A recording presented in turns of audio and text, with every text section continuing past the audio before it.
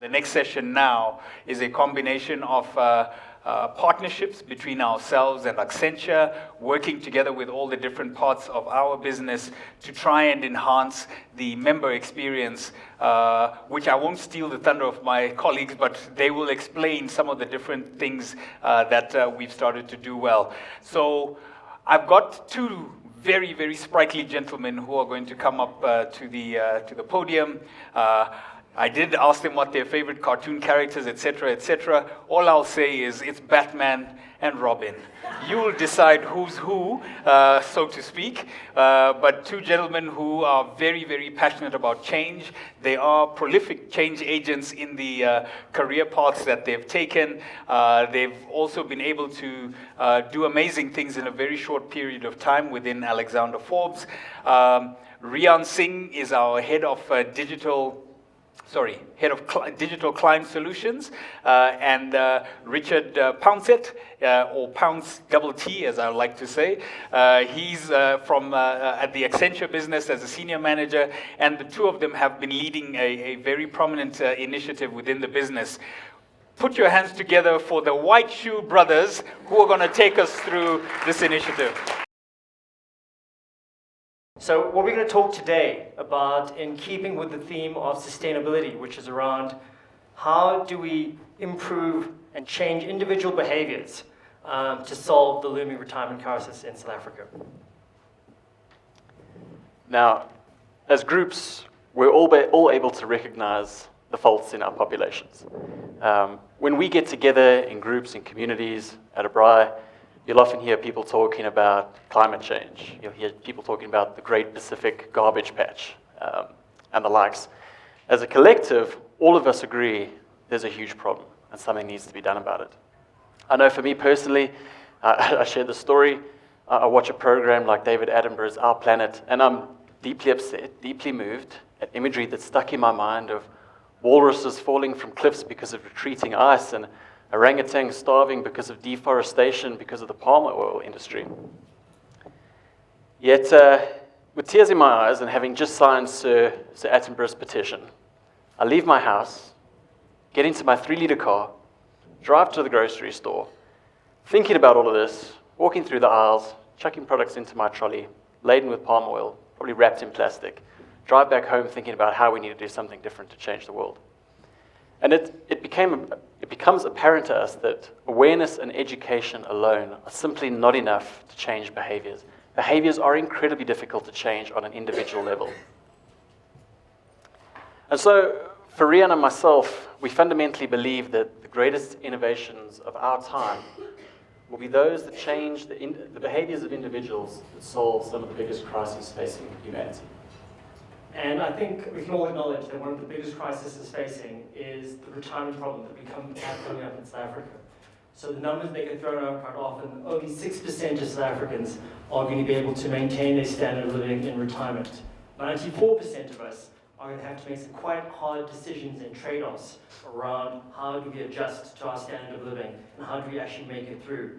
And this is going to have a massive strain on the economy, on the state, on our families, and on our communities. And so we need to figure out how to move forward.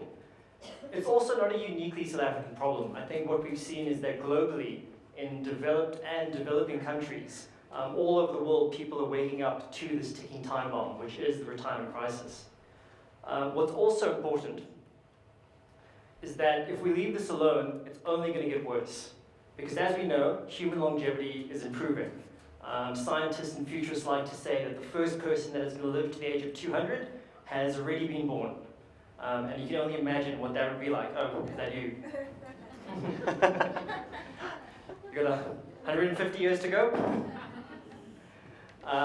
So longevity is getting longer and longer and longer and longer. And the idea of retiring at 60 and closing up shop for 140 years just won't make sense. As we know, that we expect asset volatility to be much higher over the coming term. And with the increase of the gig economy, with the changing nature of work, less people are going to have these long tenured jobs. People are going to cycle through jobs at a much greater rate. And so we're not going to have the same work dynamic that sustained retirement funding as we have in the past. So again, as a collective, we could all probably agree there is a retirement crisis. We can all articulate it pretty well. But now try and reflect on individual behaviors. Think about yourself. What behavior changes are you making to change your retirement plans? And think about the members.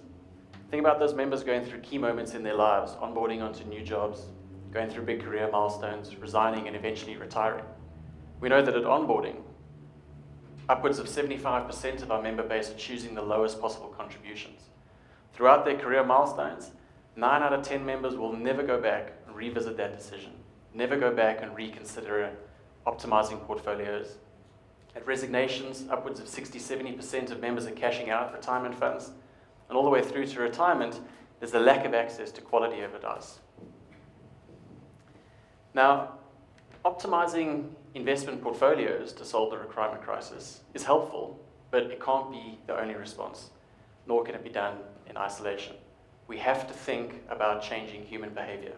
For us, the analogy that we use is, if we refer back to the Great Pacific Garbage Patch, plastic in the ocean, just optimizing investment portfolios is a little bit like sifting through the garbage patch with fishing nets trying to take the plastic out of the ocean. If we don't solve the root cause of a problem, we won't truly solve the crisis. And so what Richard and I have been trying to do over the last couple of years is really trying to understand how do we change individual behavior to drive better outcomes. And so as Leroy introduced us, so my name is Riaan, I'm Head of Digital Client Solutions at Alexander Forbes, and really what we're trying to do is to improve the customer experience for all of our stakeholders, for members, for HR, for payroll, for trustees, and beyond just trying to deliver delightful customer experiences, we actually want to do so in ways that nudge people to make better decisions and drive actually better outcomes for everyone.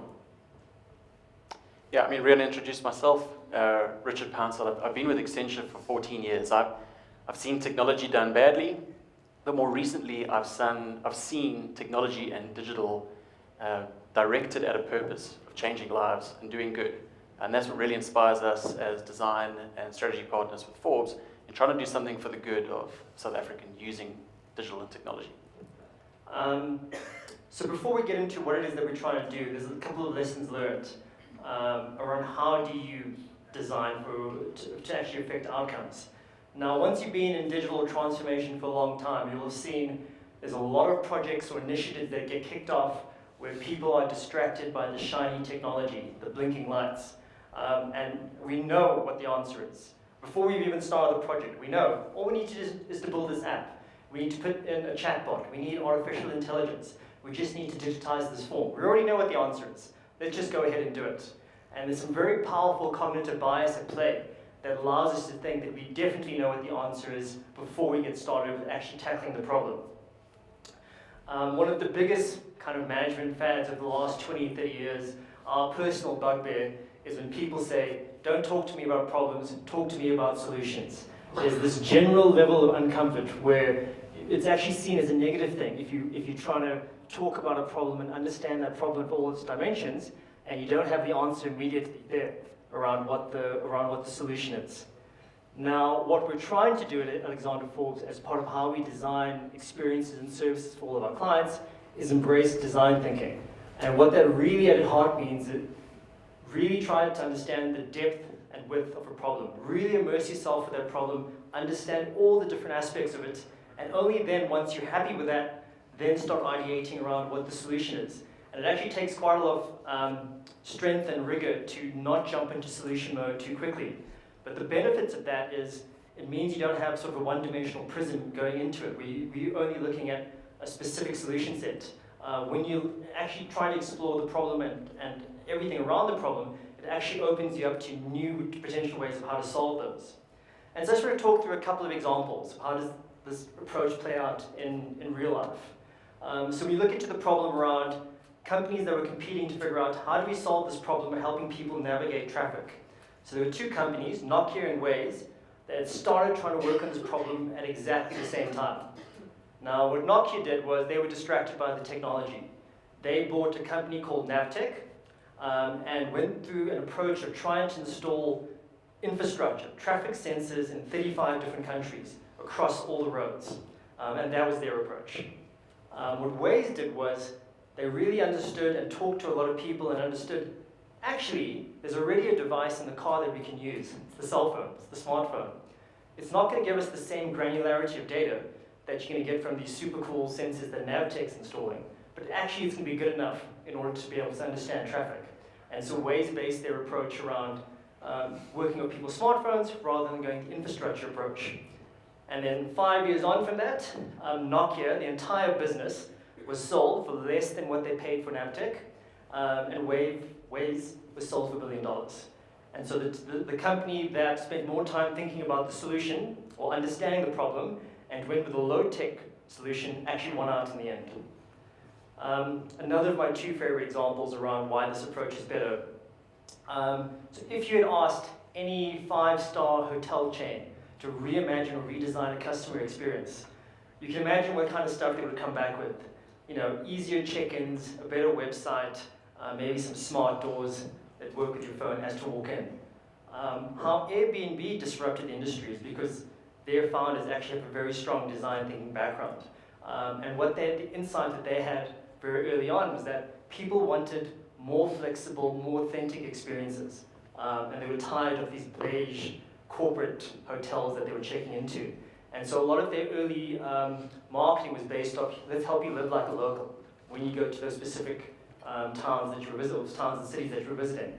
And so in the back of really understanding those customers and what they need was, they built a solution that the Marriotts in the world would never have come up with. Uber's my favorite example, and I talk about this quite often. There were many companies that existed before Uber that allowed you to call a taxi or cab over the internet. There were actually 5 or 6 ones. There's one really big one in London. What Uber realized was there was 2 pain points that people had.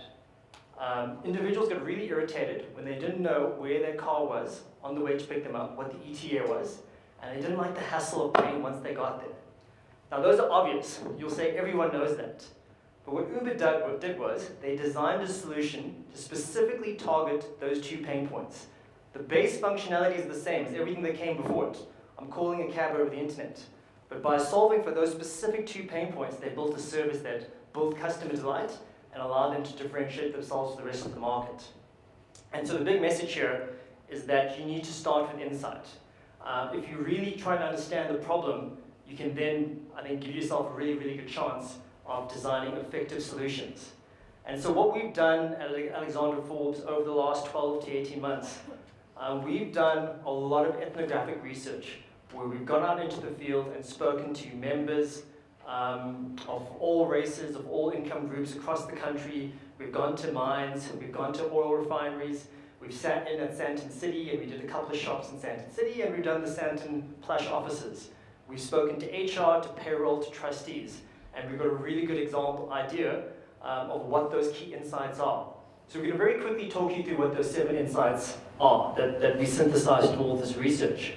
Now, the key thing you might think as we're talking through these 7, which is, I know this already. This is obvious. But again, I would challenge you to think, well, has anyone actually built a solution specifically trying to solve this challenge?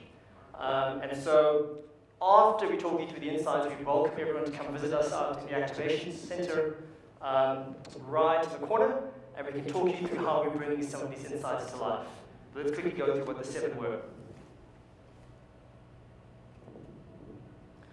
So the first thing that people told us was, I need you to retire this concept of retirement. As an industry, when you ask us to define retirement, it is the precise moment in time when you switch over from having contributed into a product to starting to draw an income from that product. That is that moment in time we call retirement.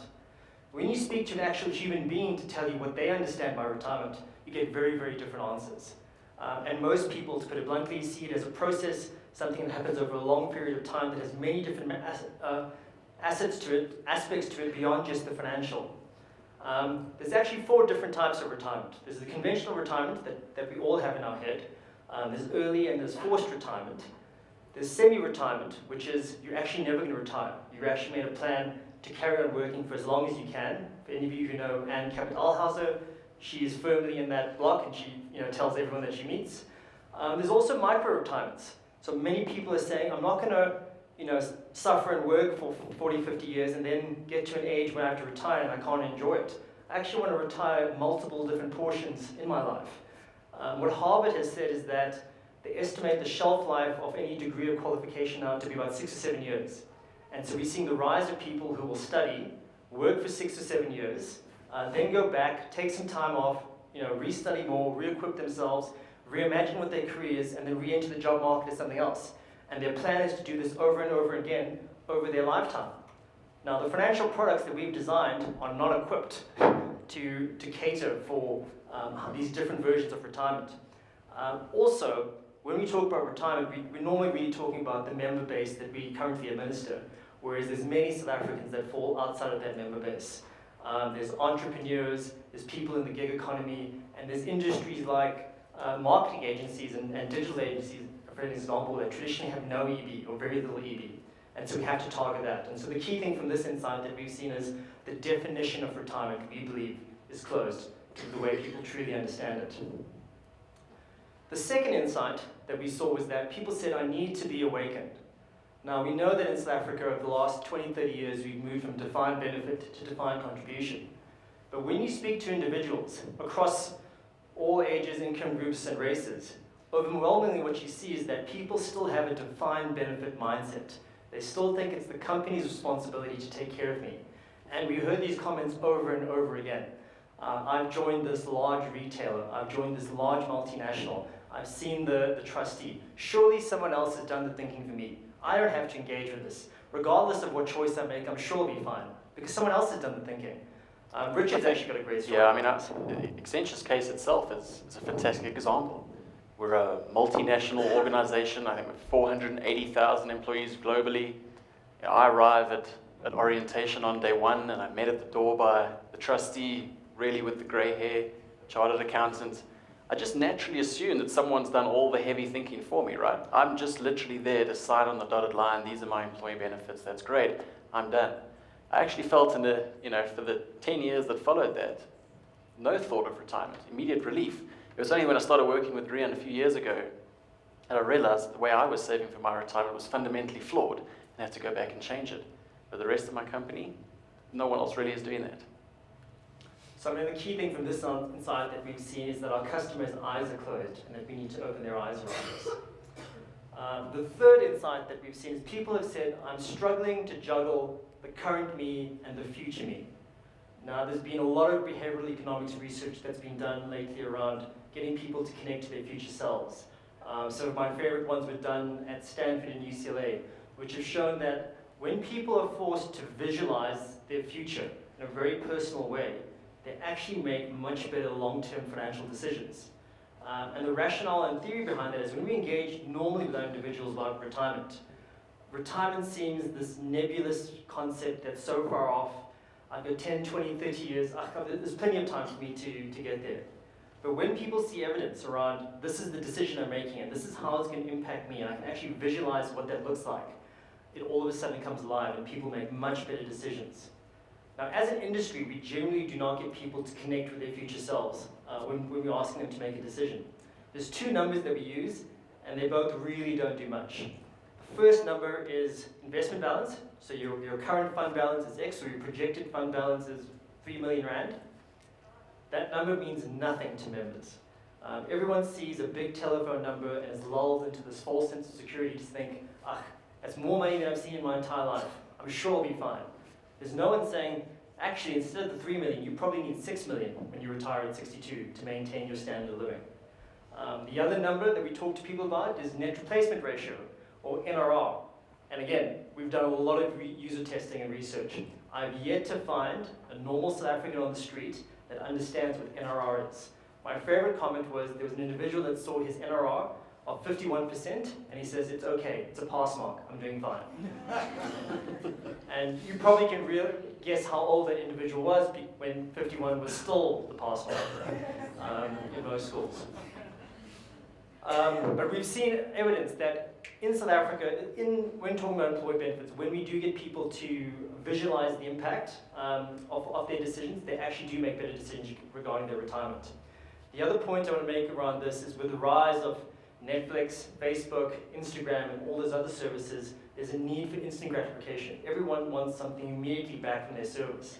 Now, when you're engaging with your retirement fund, not only is it not instant gratification, there's no gratification. You fill out all of these forms and it just disappears into the ether, and you never hear back from it ever again. When we actually can give something back to people, we can tell our members, congratulations, based on the decisions you made today, this is the path that you put you and your family on around financial well-being. That's so simple, but yet we don't do it. And so what we've said here around this insight, our future selves are closed off. The next insight, hablas demasiado rápido y no mi idioma. So we've got a Spaniard in our design team who's slightly eccentric. And so a lot of Spanglish has crept into some of our design language. And really what this translates to is, you talk too fast and not in my language. Now, we're asking people to make massively consequential decisions around their financial well-being. And they're not set up for success for two reasons. Number one, we're not giving people nearly enough time to make these important decisions. And number two, we're speaking a language that they don't understand. So like I said, in a lot of the research that we did, we went around the country and observed people when they joined new companies and filling out all of these employee benefits forms. And I don't know if it's an unwritten rule in South Africa, but the slot to fill in your employee benefits documentation was always the 30-minute slot before lunch. And it was positioned as, this is admin, this is paperwork, let's just fill it out quickly and move on. Filling out these forms is what's standing between you and eating or you and going home. And so people race through those forms extremely quickly, copying other people's answers. We had people that saw, because no one knows how to fill out the forms, and once someone's filled out the form, they have the answer. And so you do see a lot of copying of forms, where you have a 21-year-old and a 36-year-old, and they're all filling out the exact same medical aid and group risk, etc., because no one knows any better.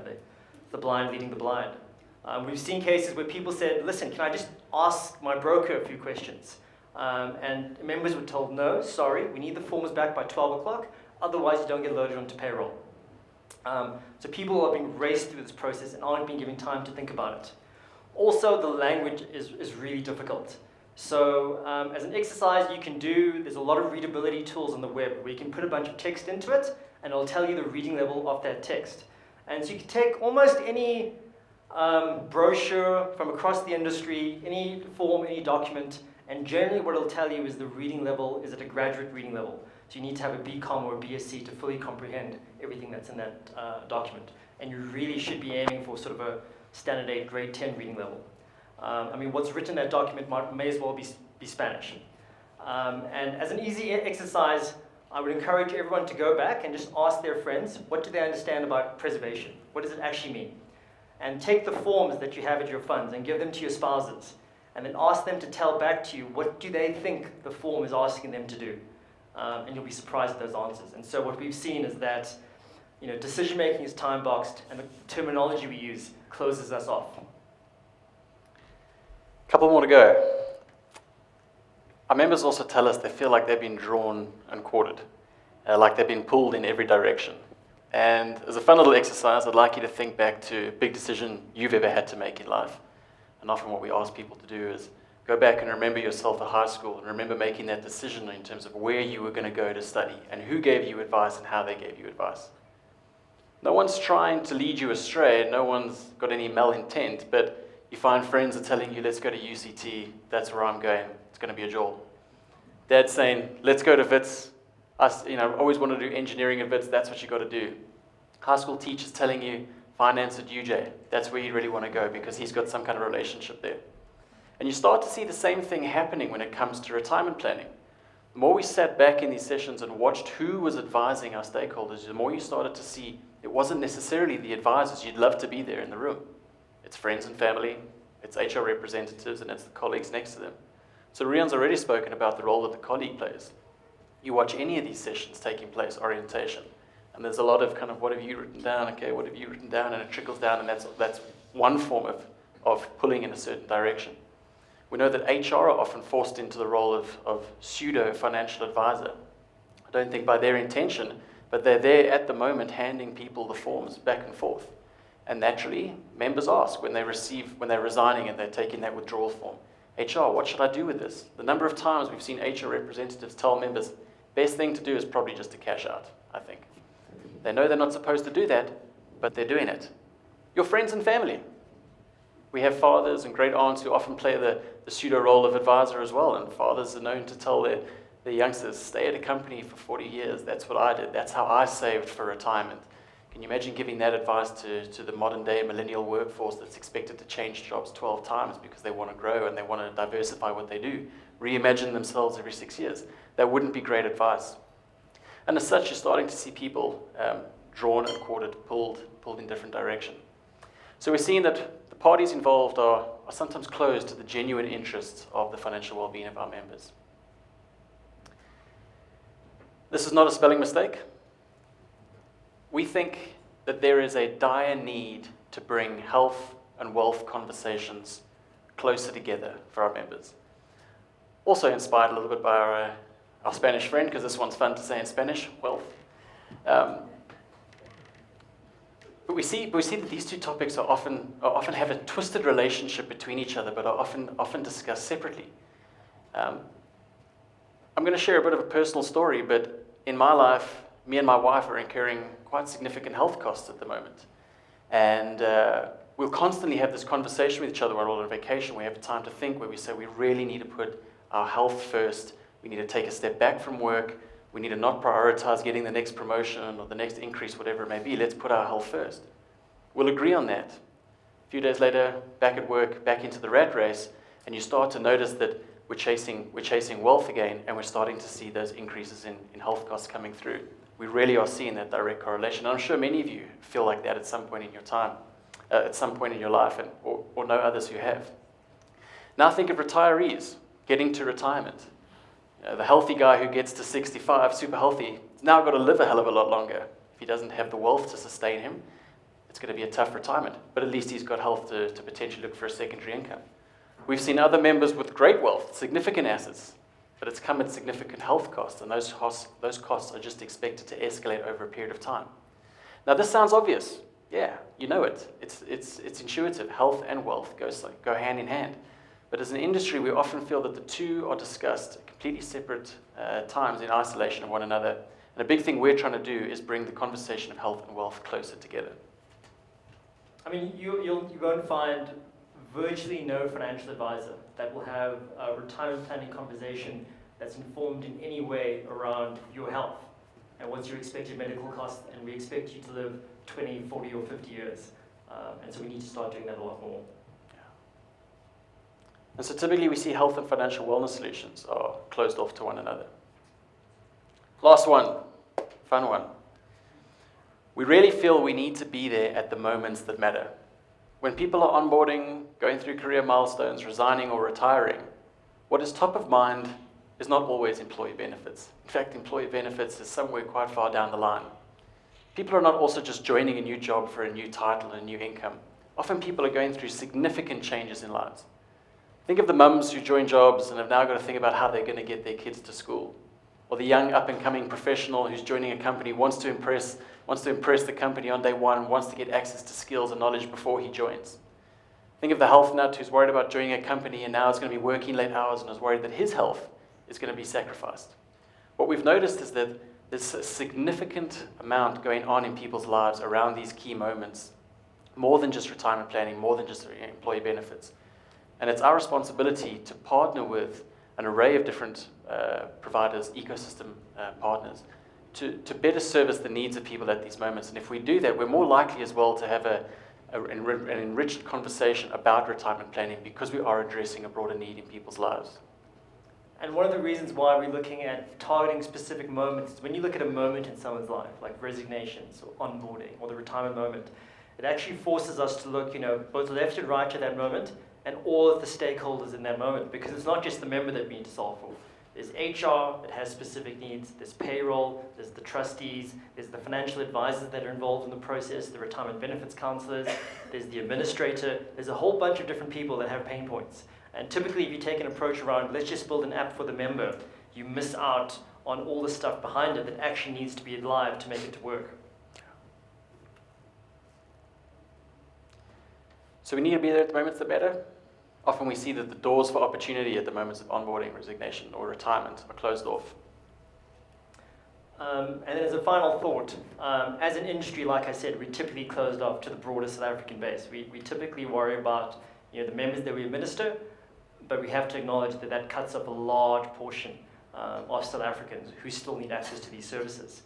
And so you can see the recurring trend with these 7 insights, where we feel in many different ways the way we talk about retirement is closed. And so what we've said, sitting back and reflecting, is what we want to do is open retirement. We want to open the definition of retirement. We want to open our members' eyes. We want to open themselves to the view of their future selves.